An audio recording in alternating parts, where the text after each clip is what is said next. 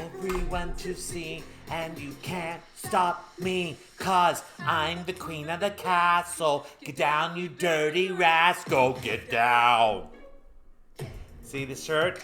I'm the queen of the castle. Okay, yeah, I can't do that. So tonight, y'all, I was hanging with the queens. Ha ha! I mean, go figure, right? Okay.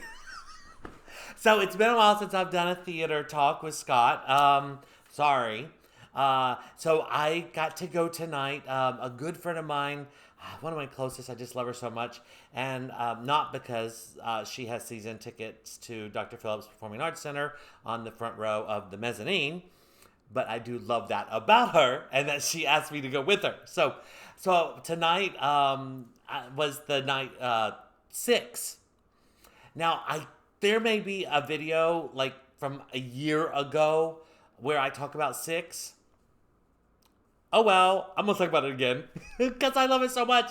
So I got to see it 6. It's at Dr. Phillips, and I want to share this with you because there is still 5 more chances. There's Friday night, Saturday, Sunday. So 5 more chances to see it at Dr. Phillips, as long as it's not sold out. So 6, what's it about? The 6 Wives of Henry VIII. Y'all remember it. PBS, and there's Henry VIII I am, Henry VIII I am. And there's 6, and he had 6 wives.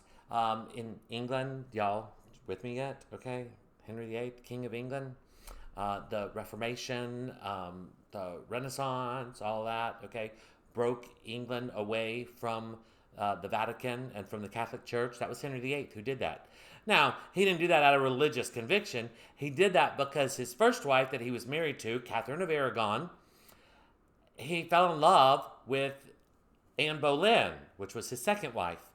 And but he couldn't get married to her because the Catholic Church would not grant him an annulment or a divorce. So he couldn't get married to Anne Boleyn, even though he loved her, and he didn't love Catherine of Aragon, his wife, who was actually married to his brother, and then his brother died, so he married Catherine of Aragon. A whole system there. Anyway, so instead, he broke away from the Catholic Church and created the Church of England. He was king. He could create his own church, and he did, and then he could get divorced from Catherine of Aragon. That's his first wife, divorced. So if you grew up in the UK, or if you studied that history in the UK, I think you learned this poem or this little riddle, and it was divorced, beheaded, died, divorced, beheaded, survived. And it's the 6 wives of Henry VIII. The first one was divorced. The second one, Anne Boleyn, beheaded. The third was Jane Seymour, died in childbirth. The fourth was Anna of Cleves, and he divorced her. And then that's 4th. The 5th was Catherine Howard, and he beheaded her. And then the 6th was Catherine Parr, but he died while married to her, so she's the one that survived. So divorced, beheaded, died, divorced, beheaded, survived. That's the poem. So these college students, Toby, I'm going to forget their names. I know Toby, Marlowe, and Lucy. I can't remember Lucy's last name. Sorry, Lucy. Toby, Marlowe, and Lucy Moss. I remembered it.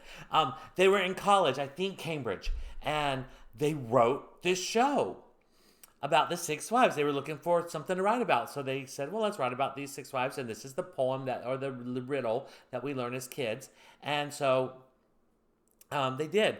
And they took it to Fringe Festival. So they patterned, and it's like a pop concert, and it's a little bit of competition. It's a competition for us, the audience, to determine which wife had it the worst, okay? Which one had the worst life, or whatever. And they're going to be the ones to lead the band of the 6 queens, okay? Yeah, it's all about queen. I'm the queen of the castle. That's my shirt. This shirt I got in New York. And they loved it tonight when I was wearing it. I'll tell you about the pen in a minute. Anyway, so That's like a competition that we're going to decide who the winner is, and I'm not going to do any spoiling. But they all of them, but they Toby and Lucy patterned the songs after pop stars, like current, like Britney Spears and Rihanna and Alicia Keys. The last one is patterned kind of after Alicia Keys, and there's a power ballad that's kind of like a Whitney Houston or a Adele type, power ballad, and so they're all pop songs, and so really fun. Each queen has their moment in the spotlight, and there's a lot of shade and a lot of bickering, and it's a really fun show. I really enjoy it. Okay, so here's the lore with the show. Okay, so they write this musical and they take it to the Fringe Festival, I think in Edinburgh. That's like a huge Fringe Festival. Um, and immediately, I mean, these kids are like in college, and it gets picked up. And they're having to get managers and agents, and all of a sudden it's going on to the West End in England, and there's going to be a tour, and it's just blowing up like crazy. Everybody's talking about Six, and it's this huge thing. Now, I am over here in America back in 2019 following theater stuff like I do, and I'm hearing about Six, and I'm like, oh my God, and I'm trying to find it on YouTube, and I'm trying to look it up. And they did make a studio album of it. That's okay. Then, all right, so 2019, it's all over the place. Let's go to Broadway. So they bring it to Broadway in January, February of 2020. And so they cast it, and it's people that really don't have a lot. They're actresses that are, they're not huge names. There's no stars to this. And it's four band members, all female, and of course the six queens. And they're in previews, and it is tearing up, and I'm following it every day. And they're doing Instagram takeovers, and they're doing videos, and I'm watching. I mean, I'm obsessed. Everybody's obsessed. And they are going to have, finally, they're going to open, because you're doing previews, and then you have your big opening night. And their big opening night was March the 12th, 2020. March the 12th, 2020, around noon. The governor of New York, or was it the mayor, I don't remember who, announced that Broadway is closed because of the pandemic.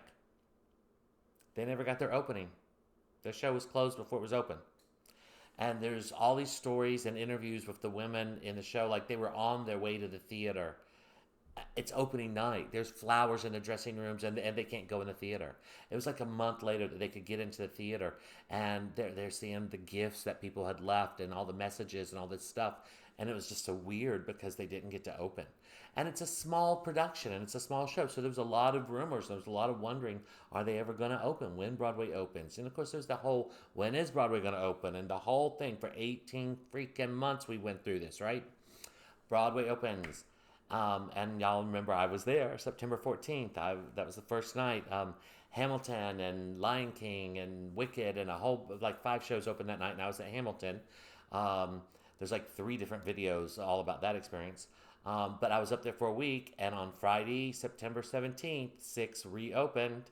That's the pen, and they gave us all pens, and it has 9/17/21 on it, so I wore it tonight. With my I'm the Queen of the Castle t-shirt that I bought that night at the show in New York. So really, and then they did actually open, that was just their first night back. They did open several weeks later, maybe a month later. There's a great recording now that is Six live on opening night. It's a live recording of their opening night, so you can hear the crowd and the applause. It's literally like a pop concert, and it's so exciting. If you ask your, I can't say the word, but the Alexa, did I spell it right, Alexa? You have to say live, because she calls it Six live on opening night. Anyway, I do want to say real quick, for my theater people, my hardcore theater people, yeah, this isn't like that. This is a 90-minute show. By the way, it's 90 minutes. It's a lot of fun. Like I said, it's pop-style music. There's some good shade and some good interacting. Is there this great plot and this great reveal and all this stuff? No.